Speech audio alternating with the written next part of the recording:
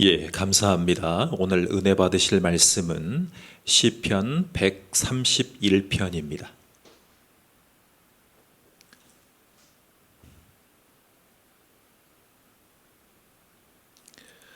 예, 시작. 여호와여, 내 마음이 교만하지 아니하고 내 눈이 오만하지 아니하오며 내가 큰 일과 감당하지 못할 놀라운 일을 하려고 힘쓰지 아니하나이다. 실로 내가 내 영혼으로 고요하고 평온하게 하기를 젖된 아이가 그의 어머니 품에 있음 같게 하였나니 내 영혼이 젖된 아이와 같도다. 이스라엘아, 지금부터 영원까지 여호와를 바랄지어다. 아멘. 예배는 은혜도 주지만 겸손을 가르쳐주는 시간입니다. 여러분, 시편 120편부터 오늘 131편을 지나서 134편까지 보면 그 위에 써 있는 공통된 단어가 있습니다. 모두 이렇게 쓰여 있어요. 뭐라고 써 있죠? 성전에 올라가는 노래라고 써 있습니다. 이게 힌트입니다. 성전에 올라가면서 어떤 노래를 하고 있는 것일까요?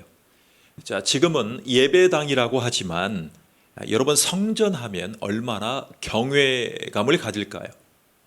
지금도 성전이라고 표현하는 분들이 많이 계십니다. 그 의미는 우리가 알고 있지만 사실은 너무나 중요한 표현이죠. 여러분, 사실 겸손의 왕이라면 예수 그리스도입니다. 예수 그리스도이십니다. 오늘이 바로 사순절 두 번째 주일입니다. 7주째가 부활주일입니다.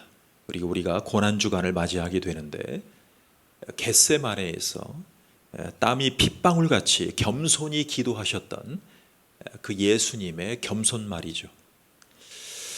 여러분, 예전에 순례자들은 오순절이나 유월절이 되면 여러 곳에서 있던 사람들이 그 한 곳을 향해서 나아갑니다. 바로 예루살렘 성전을 향해서 걸어 나갑니다. 여러분, 이때 묵상하면서 찬양했던 대표적인 노래가 바로 오늘 본문입니다. 시편 131편이죠.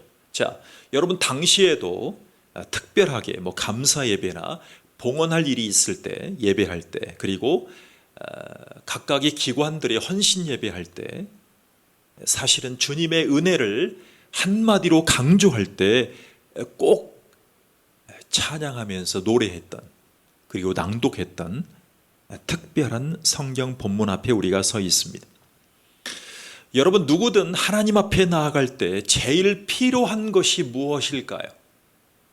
여러분, 예배 드리러 나올 때 우리가 제일 먼저 준비해야 될 그 마음에 부담 가는 것이 무엇입니까? 누구는 의복일 수 있습니다. 누구는 예물일 수 있습니다. 누구는 내가 드릴 예물은 없어도 부족해도 내가 미리 가서 예배할 수 있는 분위기를 더 만들어 봐야지 하면서 교회 예배당의 미화로 수고하시는 분들이 있습니다. 그리고 내가 명품 옷은 없지만 내가 미리 가서 예배 오는 성도님들을 준비하는 마음으로 미소라도 준비해야지 하시는 분들이 계십니다. 그 모든 분들은 다 하나님을 찬양하고자 하는, 하나님을 노래하고자 하는, 즉 성전에 올라가는 다윗의 심정으로 겸손하게 예배를 준비하는 분들입니다. 그래서 우리는 하나님 앞에 우리가 주님의 십자가 공로로 구원받은 분들은 교만할 수 없음에도 우리가 분명하게 기억해야 될 것들이 있습니다. 그것을 잊을 수가 없는 것입니다. 우리가 잘 아는 말씀들이 있습니다. 베드로전서 5장 5절에 이렇게 경고하셨죠. 여러분, 가장 교만했던 인물 중에 한 인물이라면 사실은 두 인물이 있습니다. 베드로전서 베드로와 신약 성경의 사울일 것입니다. 바울일 것입니다. 가장 교만해 봤던 인물이 이렇게 베드로전서 5장 5절에 경고하는 말씀을 받았습니다. 하나님은 교만한 자를 대적하시되 겸손한 자들에게는 귀한 은혜를 주신다. 여러분, 이 마음으로 예배하고 있는 영혼들을 베드로의 심정으로 주님은 은혜를 주실 줄 믿습니다. 여러분, 우리 모든 분들이 예배에 참석하고 계시죠. 그런데 진정한 겸손이란 무엇일까요? 겸손은 어떻게, 어떨 때 가능해질까요? 여러분, 어린아이들이 개구장이 같아도 사실은 가장 겸손한 나이라는 것을 아십니까? 아이들은 자기들이 못하는 것은 바로 호출합니다. 그리고 부모님들을 앞장 세웁니다. 자, 그러면서 차츰 성숙해져 가는 모습을 우리가 지켜보게 됩니다. 자, 젖된 아이가 그의 어머니 품에 있을 때 가장 겸손을 배우고 있는 순간임을 기억하십시오. 우리가 겸손하려면 첫째로 중요한 것이 있습니다. 바로 마음에서부터 교만을 거절하는 것이 필요합니다. 마음에서부터 교만을 거절할 수 있는 것. 여러분, 죄성을 가지고 태어난 자연인은 모두 다 위에 서려는 본능이 있습니다. 그걸 숨길 수가 없습니다. 사람들과 대화하다 보면 특히요, 내가 도움을 줬던 사람 앞에서 내가 그 사람 앞에 그 사람을 다시 대할 때 그 사람에게 겸손할 수 있다는 것은 쉬운 일이 아니더라고요. 여러분, 내가 도와준 사람이면 나도 알게 모르게 내가 그 위에 서려고 하는 마음이 앞설 때가 많더라고요. 바꿔 말해서 저에게 도움 주는 수많은 분들이 있잖아요. 근데 그분들을 다시 대하면 마음이 불편해지는 거예요. 왜 저분이 순수한 마음으로 나를 도와줬는데 나를 누리려고 할까? 내 위에 서려고 할까? 저렇게 겸손한 분도 여러분, 이것을 알게 모르게 가르쳐준 존재가 있습니다. 나도 모르게 마귀님께 배운 것입니다. 자, 원래 천사장이었는데 마귀가 된 원인이 나옵니다. 자, 이사야 14장 12절에 보시면 이렇게 나옵니다. 너 아침의 아들 계명성이여, 어찌 그 하늘에서 떨어졌으며 너 열국을 엎은 자여, 어찌 그리 땅에 찍혔는고. 여러분, 천사 중에 한 영물이라고 하죠. 자, 천사 중에 장 되신 분이 있어요. 이분이 어떻게 하다가 타락해서 마귀가 되었을까요? 여러분, 그 다음 13절은 이렇게 표현해요. 아무리 천사 같은 영물일지라도 그 마음부터 사단이 나기 시작했어요. 여러분, 영물이라고 하잖아요, 천사는. 그런데 그 마음에서부터 그 마음에 사단이 나기 시작했어요. 그래서요, 이렇게 표현합니다. 내가 내 마음에 이르기를 내가 하늘에 올라 하나님의 뭇별 위에 나의 보좌를 높이리라. 내가 북극 지폐에 산 위에 좌정하리라. 내가 가장 높은 구름에 올라 지극히 높은 자와 내가 비기리라 하도다. 자, 지극히 높은 자와 뭐하리라? 비기도다 합니다. 이사야서 말씀이에요.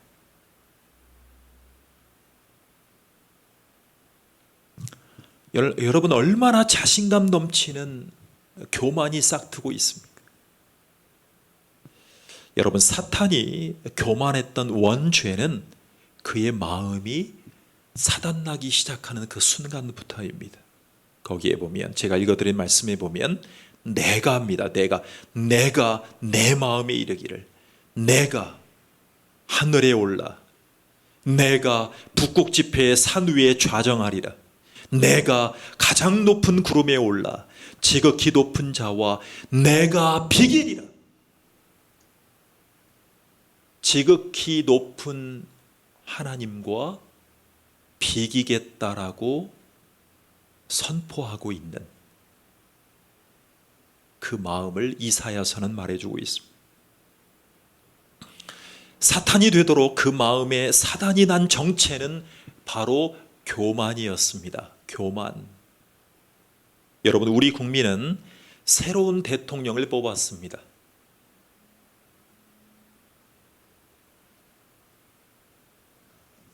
지금 대통령도 교만하다고 얘기하는 분들이 많이 계셨고, 한편으로는 겸손하다고 얘기하는 분들이 많이 있었습니다.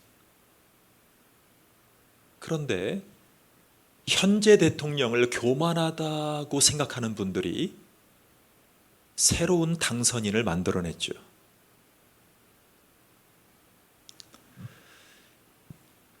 여러분, 제 마음속에 극우 보수 리더는요, 자유를 외칩니다. 자유 대한민국, 자유민주주의를 외치면서 당선했습니다. 그런데 때때로 본인들이 고집하는 어떤 것들이, 본인들이 고집하는, 그러니까 보수 진영에서 고집하는 어떤 것들이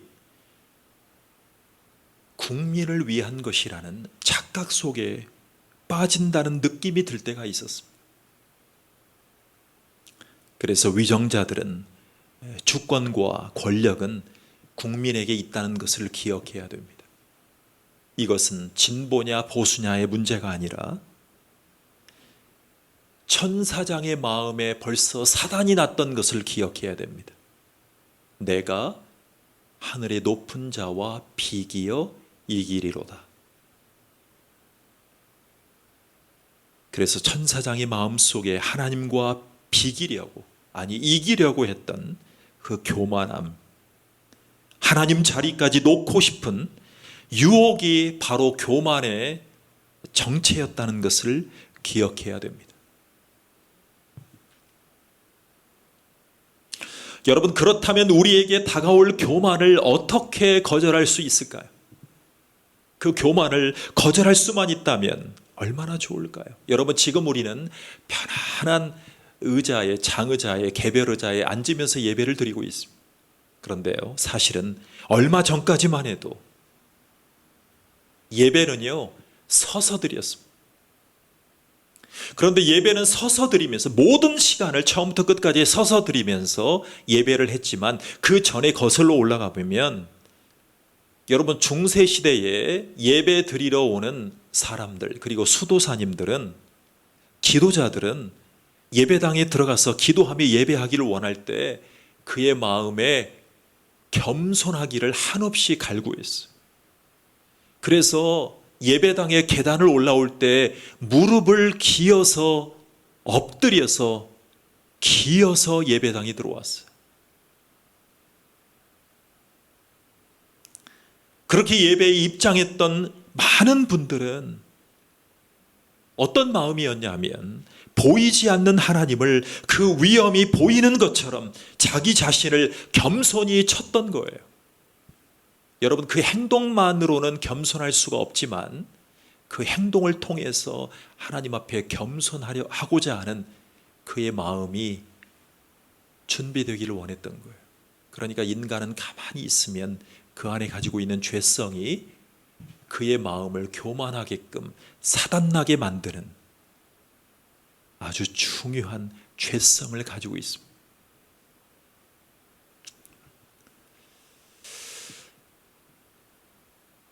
우리는 오늘 교만이 시작되는 곳을 확인해 봐야 됩니다.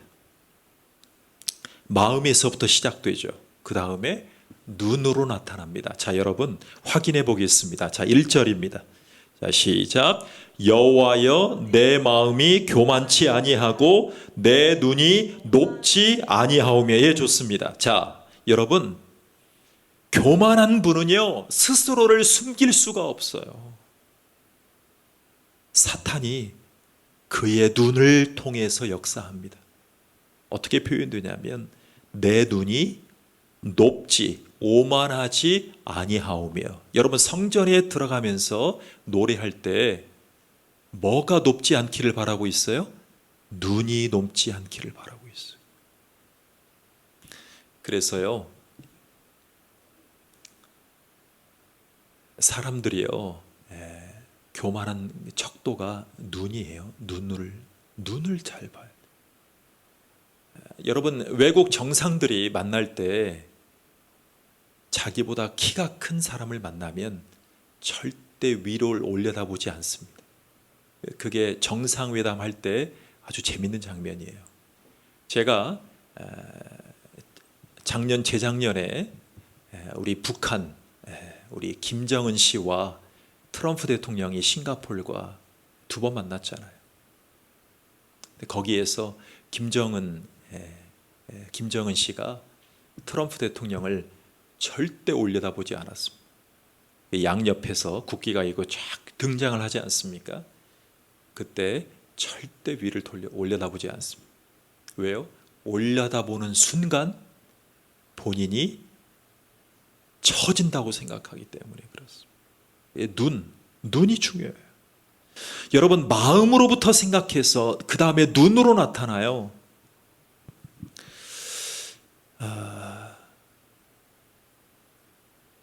여러분, 제가 어렸을 때 서울의 동대문에 어느 대로에서 걸어갈 때였어요.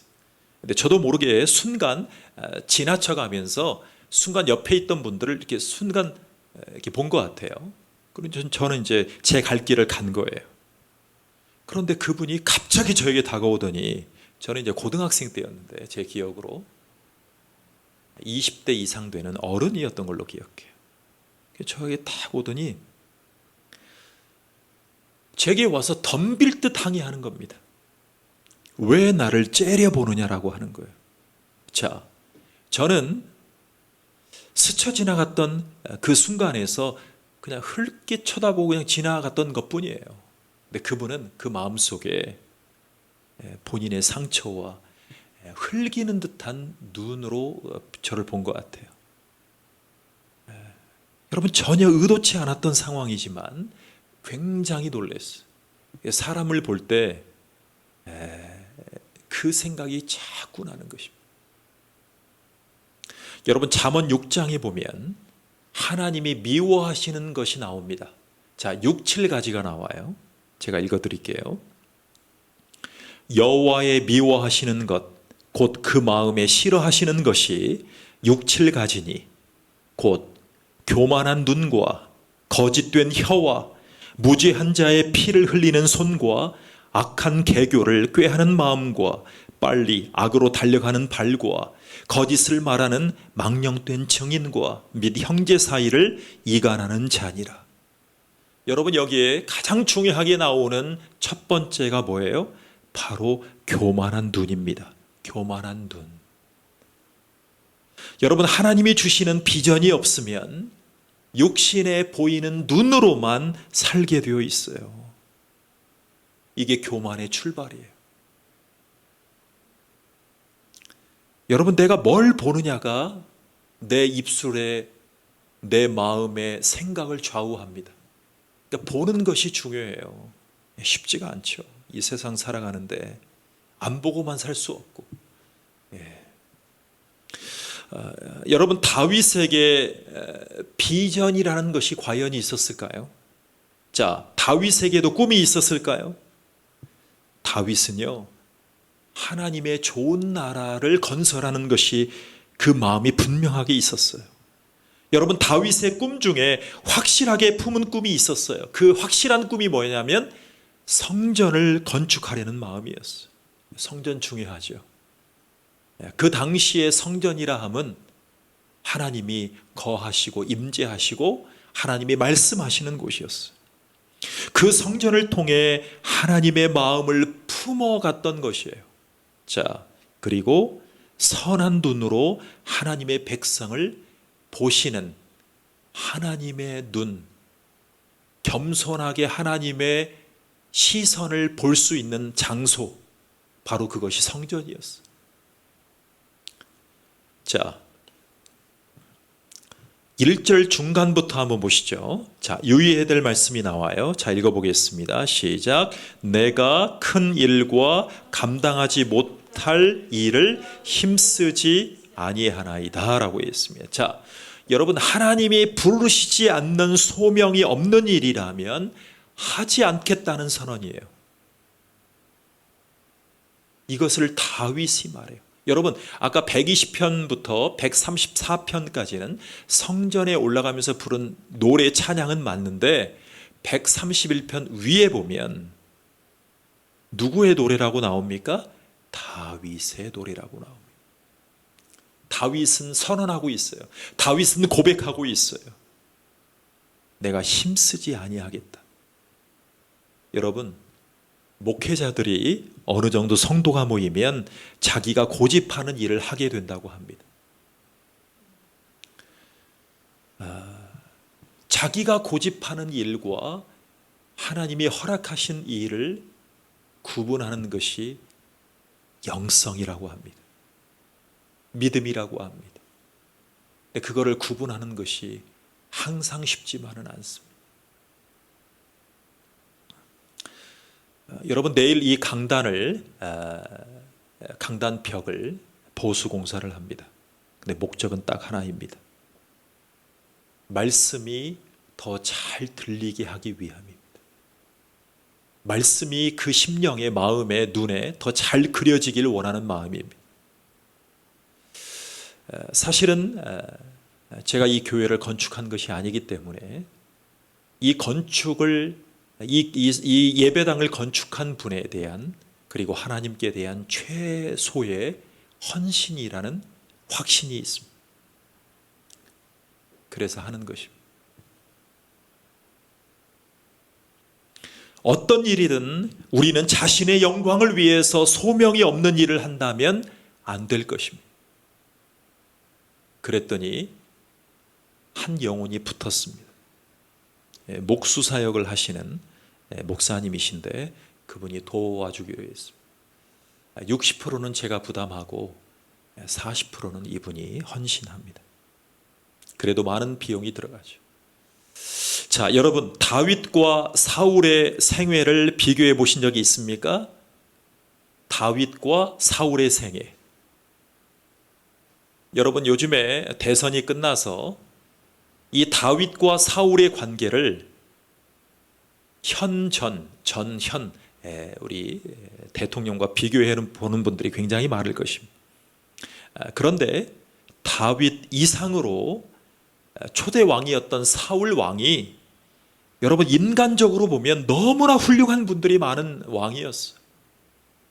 여러분, 그가 잘못했던 것들만 우리가 성경에서 많이 들어왔지만 사실은 잘한 면들이 굉장히 많습니다. 단순히 그의 육신이 기골만 좋은 남성이 아니었고요, 지혜로운 부분도 있었어요.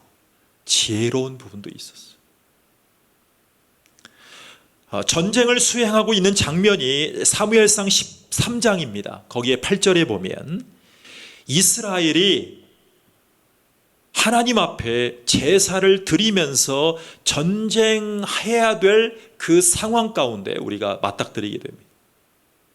그런데 제사를 집례해 줘야 될 제사장이, 즉 사무엘이 오지 않고 있는 것입니다. 여러분, 동양이나 서양이나 귀한 일이 있을 때, 좋은 일이 있을 때 뭐부터 합니까? 제사부터 하죠. 지금 이스라엘도 그랬습니다. 구약시대에는 제사를 했기 때문에. 근데 제사를 드리고 전쟁을 하는 것이 하나님의 뜻이었습니다. 그런데 오지 않는 거예요. 아직 오지 않은 거예요. 흡사 6.25 전쟁 때 유엔에 속한 나라들이 우리나라를 돕기 위한 회의를 하고 있는데 소련이 늦게 온 거예요. 그 회의장에.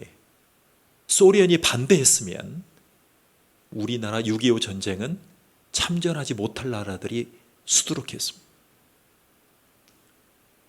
근데 그에 대한 비화가 아직도 정확하게 이유가 전해지고 오지 않아요. 그때 소련의 대표단이 유엔 안보리 회의에 와서 반대표를 분명히 해야 되잖아요. 왜? 북한 편이니까. 그들의 차가 고장났다느니, 어떤 다른 이유가 있었다느니, 미국의 공작에 그들이 007 작전에 휘둘렸다더니 여러 가지 원인들이, 의혹들이 있지만 정확하게 제시되고 있지 않아요. 그것처럼 사무엘 제사장이 그 제사 가운데 늦게 온 거예요. 아직 오지 않은 거예요. 사울의 마음은 사단이 나기 시작했습니다. 사울의 마음이 급해지기 시작했습니다. 그리고 눈에 보이는 것부터 하려고 서둘렀습니다. 자, 우리가 이 대목에서 짚어봐야 될 부분들이 있어요. 여러분, 사울의 소명이 뭐죠? 사울이 가진 직책이 뭐죠? 왕이었습니다. 왕은 제사장을 기다리고 전쟁할 준비만 기다리면 되는 거예요. 여러분, 세상의 세계 모든 나라의 독재자들을 보시죠. 요즘에 여러 나라의 독재자들이 나오더라고요. 예전에 소련 연방에 있었던 나라들이 이제 독립해서 그 나라 중에 독재자가 있는 나라들이 계속 소개가 되고 있어요. 여러분, 독재자는요, 우리나라는 입법부, 사법부, 행정부가 딱 나눠져 있잖아요. 그런데 그 독재자는 그 입법부, 사법부, 행정부보다 본인이 말하고 행정하고 결정하는 것이 법이에요. 그럼 얼마나 국민들이 힘들겠어요. 사울이 그랬어요. 사울의 소명을 기억하지 못했어요. 자기가 할 일이 아니면 하나님의 허락을 구하는 것이 중요했어요. 그런데 모두 다 생략했어요. 기도해 보지도 않았어요. 기도할 생각도 안 했어요. 하나님이 이 전쟁을 허락했으니까 제사를 누가 드리든 그것이 중요하지 않다. 하나님이 정한 법을 다 엎질러 놨어요. 조금이라도 지체하면 우리 이스라엘 민족이 전쟁하는 그 전쟁의 대상자들에게 상황이 불리할 거야. 그리고 자기 백성들이 순간 급하다는 마음에 사울의 마음속에 천사장의 마음에 들어오기 시작했어요. 그 천사장의 마음속에 사단이 일어났던 그 마음이 들어오기 시작했어요. 이렇게 급한 상황에 제사장이 하는 역할을 대신하면 어떻겠느냐라고 합리화하기 시작했어요. 여러분, 우리 국회에 보면 가끔 뭐를 해요? 날치기 법안을 갑자기 국회의원이 많은 이 당들이 날치기를 하잖아요. 충분히 상의하지 않고. 우리 삶에도 그렇지 않습니까? 그에 대한 열매로 하나님은 사울 왕을 폐위하시기로 결정을 하잖아요. 그래서 하늘에서 탄핵이 결정됐습니다. 본인에게 소명이 없는 일을 고집하는 것을 뭐라고 하냐면 두 글자라고 얘기해요. 교만이라고 얘기해요. 목회자든 성도든 위정자든 가장이든 엄마든 본인이 할 수 없는 것을 기도하지 않고 하나님 앞에 물어보지도 않고 성경을 들어보거나 읽어보거나 묵상해 본 적이 없이 본인의 고집대로 결정하는 것을 교만이라고 얘기를 합니다. 그랬더니 제사장이 사무엘이 다가옵니다. 조금 늦게 옵니다. 그리고 이렇게 말합니다. 사무엘이 사울에게 이르되 왕이 망령되이 행하였도다. 왕이 하나님 여호와께서 명하신 명령을 지키지 아니하였도다. 그리하였다면 여호와께서 이스라엘을 위해 왕의 나라를 영영히 세우셨을 것이거늘 지금은 왕의 나라가 길지 못할 것이라. 여호와께서 왕에게 명하신 바를 왕이 지키지 아니하였으므로 여호와께서 그 마음에 맞는 사람을 구하여 그 백성의 지도자를 삼으셨느니라 하고,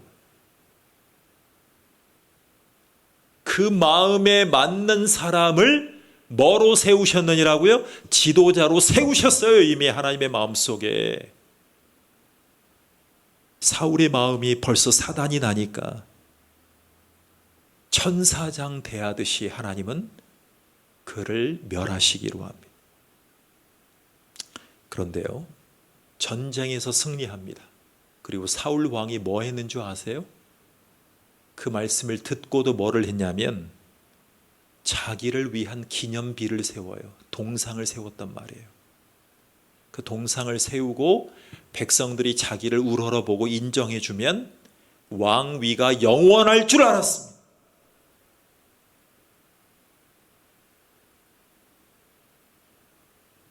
자기 생각대로 한 사람들의 말로가 영원한 게 있어요? 영원한 걸 보셨어요? 승리의 원인은 다행히 하나님이셨어요. 그냥 그 전쟁에서 승리케 해주신 것은 하나님이었어요. 그런데 내가 자기의 공로를 묵상하고 있습니다. 두렵죠. 여러분, 새로운 대통령을 뽑으면 우리를 위해서 대통령직을 인수해서 잘 해주길 바라지만 다 자기의 입장에서 투표를 하지 않습니까? 그리고 이스라엘이 분열하는 상황이 있을 때였어요. 자, 북방 이스라엘과 남방 유다로 갈라진 상황에서 다윗은 유다의 먼저 왕이 되잖아요. 그런데 북이스라엘의 왕은 사울 왕의 아들이었어요. 이스보셋이었어요. 그런데 이 북이스라엘의 왕인 이스보셋이 갑자기 안타까울 정도로 죽고맙니다. 우리나라와 좀 비슷한 면이 있잖아요. 여러분, 그렇게 힘들게 했던 장인어른 사울 왕과 그의 아들 왕이 북이스라엘 왕이 죽고맙니다. 그런데 다윗은 기뻐하거나 들뜨지 않았습니다. 조금의 병사만 가지고도, 군대만 가지고도 바로 가서 무력 통일할 수 있었습니다. 여기에서 우리는 이념의 위험성을 보게 돼요. 우리 한국에 힘으로만 평화를 지킬 수 있다고 과신하는 대통령이 하나님이 원하시는 대통령이 아니에요. 퍼주기만 해서 통일될 수 있다고 믿는 것도 진보 이념도 하나님이 원하시는 이념이 아니에요.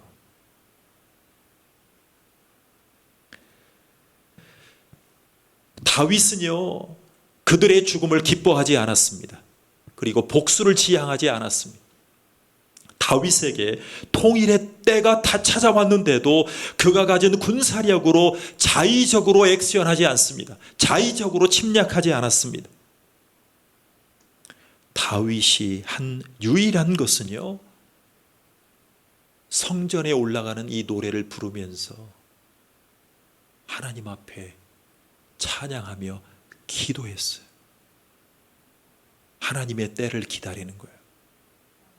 여러분, 기도하는 사람들은 하나님의 때를 기다리고 하나님의 말씀을 기다리고 하나님이 감동 주시는 것을 기다립니다. 그렇게 했더니 북이스라엘에 일어날 수 없는 일이 일어났어요. 북이스라엘의 왕은 죽었지만 지도자들이, 그 무리들이 사신으로 찾아옵니다. 누구에게요? 다윗 왕에게, 남유다 왕에게 찾아오는 거예요. 자원에서 왕위 옥새를 가지고 오는 것입니다. 그리고 그들의 왕이 되어달라고 간청하는 거예요.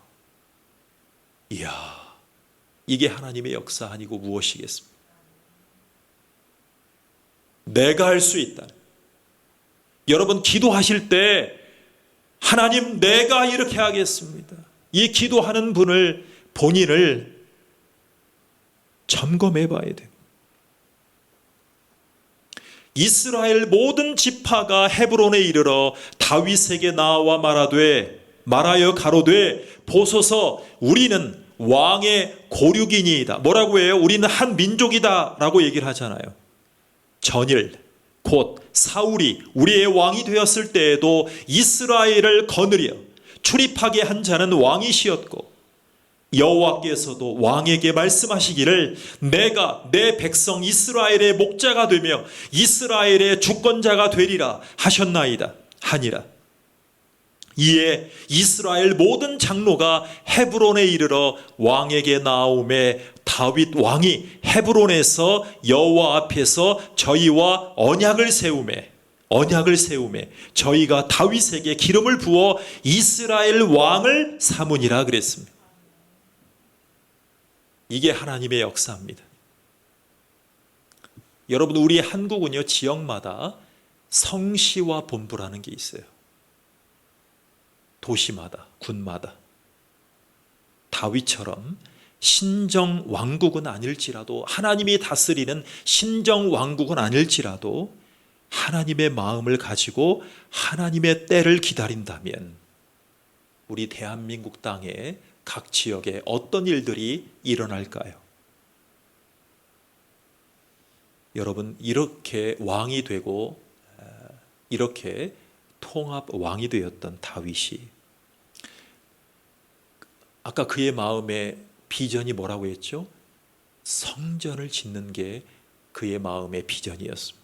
다윗의 마음에 이런 마음이 있었습니다. 아름다운 성전을 지어 주님께 바치고 싶다.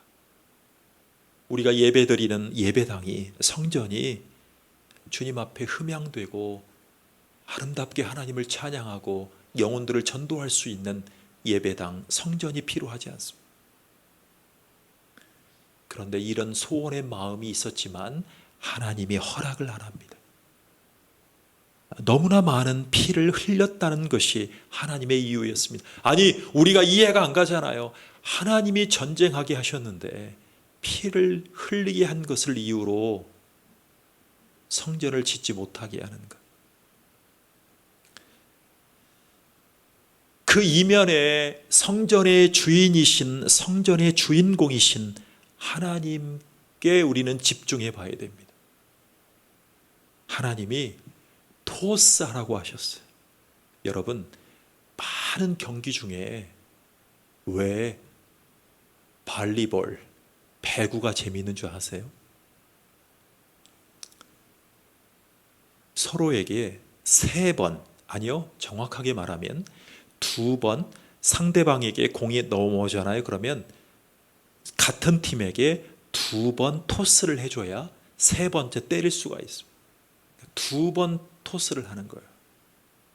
축구는 본인들이 공을 가지고 있으면 1분이고 2분이고 계속 서로 패스를, 토스를 할 수가 있는데 배구는요, 딱 2번만 토스하고 바로 보내요. 그러니까 다이나믹한 거예요. 그러니까 배구가 재밌잖아요. 하나님이요, 다윗에게 토스하기를 바란 거예요. 아니, 그 아들에게 토스하기를 바라는 거예요. 하나님께서 솔로몬 아들을 통해서 하시고자 할 때 다윗의 마음에 이런 마음이 들어왔어요. 다윗의 마음에, 하나님, 그래도 아들보다 제가 낫지 않습니까? 그런 마음이 들어왔을까, 안 들어왔을까요? 들어왔죠. 근데 그의 마음이, 사단이 나기 전에 다윗은 그의 마음을 절제했습니다. 다윗의 마음은 야망으로 살아온 것이 아니었어요. 그래서 자기 능력의 한계치 내에서 하나님 앞에 순종했어요. 그래서 하나님의 마음에 합했다라고 얘기를 했죠. 자기 능력의 한계, 그 범위 안에서 하나님을 붙잡고 늘어졌던 사람, 그가 바로 다윗이었어요. 우리도 그래야 되지 않을까요? 이것이 하나님께 영광 돌리는 마음과 눈이에요. 겸손하려고 몸부림친 게 아니라 자기가 할 수 없는 것은 하나님 앞에 수그러들었어요. 이것을 겸손이라고 얘기를 합니다. 여러분, 다시 본문 1절을 읽어보겠습니다. 시작. 여호와여, 내 마음이 교만하지 아니하고 내 눈이 오만하지 아니하오며 내가 큰 일과 미치지 못할 기이한 일을 힘쓰지 아니하나이다 그랬어요. 자, 여러분, 그렇습니다. 겸손은 먼저 교만할 수 있는 상황을 거절하는 믿음이에요. 교만할 수 있다면 하나님의 말씀을 되새기고 되새김질해서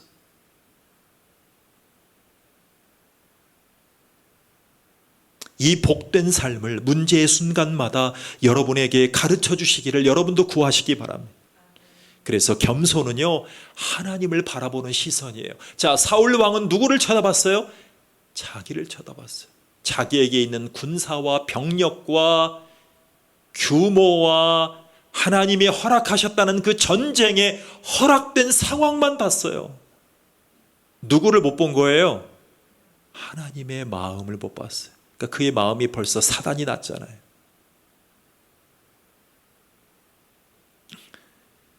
내 타락의 성품이 끊임없이 교만할 수 있어요. 하나님의 영광에 초점을 두는 거예요.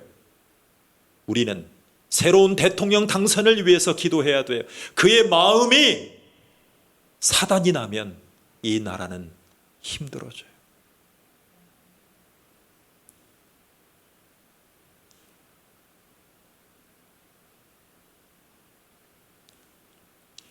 여러분, 어릴 때 우리가 어떨 때 겸손할 수 있는지 2절을 보십시오. 자, 이 말씀 중요합니다. 2절입니다. 시작. 내가 내 영혼으로 고요하고 평온하게 하기를 그랬습니다. 여러분, 마음속에 평온함이 있을 때 겸손한 사람이 됩니다. 여러분, 내 마음이 시끄럽고 복잡하면 불안으로 파도칠 수밖에 없어요. 여러분, 이렇게 겸손함의 축복을 어떤 사람이 누릴 수 있을지 우리는 궁금해집니다. 자, 다윗을 2절에서 이렇게 묘사합니다. 젖된 아이가 그 어미 품에, 자, 읽어봅니다. 시작. 젖된 아이가 그 어미 품에 있음 같게 하였나니. 갑자기 어린애가 나와요. 예, 거기까지만 읽어보세요. 자, 젖된 아이가, 시작. 젖된 아이가 그 어미 품에 있음 같게 하였나니. 자, 여러분, 끊임없이 울어대잖아요. 그리고 아이들은 보채잖아요. 이것이 욕구입니다. 이것은 당연한 거예요. 그런데요, 지금 젖을 구하고 있어요. 그런데 젖될 나이가 되면 무슨 횟수가 줄어들까요? 우는 횟수가 줄어들죠. 그죠? 잘 생각해 보세요. 모든 어린이, 아기였던 분들 말입니다. 여러분, 아이 생활 3년차 정도 되면 좀 더 다양한 음식을 먹죠. 그리고 엄마가 옆에 있으면 마냥 행복해하는 그 아이의 얼굴. 이제 3살이면 유아라고 그러죠. 유아. 아기가 아니라 유아. 여러분, 신앙생활이 미성숙할 때는 축복의 가지수에만 집중해 있을 수밖에 없어요. 내가 받은 게 뭐지? 예수 믿고 받은 게 뭐지? 구원도 받고, 직장도 받고, 자식의 복도 받고, 받는 가지수에만 집중하게 돼 있어요. 그런데 성숙해지기 시작하면 그 복을 주시는 분이 하나님이라는 사실을 깨닫기 시작합니다. 보여지기 시작해요. 마음에서 이제는 눈으로 보여지기 시작해요. 어릴 때 젖에 매달려 빠를 때는 젖만 필요하다고 생각하면서 자라고 있었어요. 그런데 자라면서 조금씩 인지를 하게 되는 것이 바로 엄마라는 존재예요. 엄마라는 존재. 자, 엄마만 곁에 있으면, 엄마만 옆에 꼭 붙어 있으면 나는 행복하고 만족할 수 있다는 그 정서적인 안정 상태로 들어가는 거예요. 이것이 성경이 말하는 영적인 겸손의 상태입니다. 여러분, 엄마의 역할을 경험하지 못한 분들에게 하나님이 위로해 주실 것입니다. 그런데요, 한 사람이 바로 성장하려면 엄마 아빠가 부재를 했어도, 가족이 아무도 없어도 꼭 한 사람만 있으면 그 영혼은 바로 성장할 수 있다는 결과가 있어요. 연구 결과가 있어요.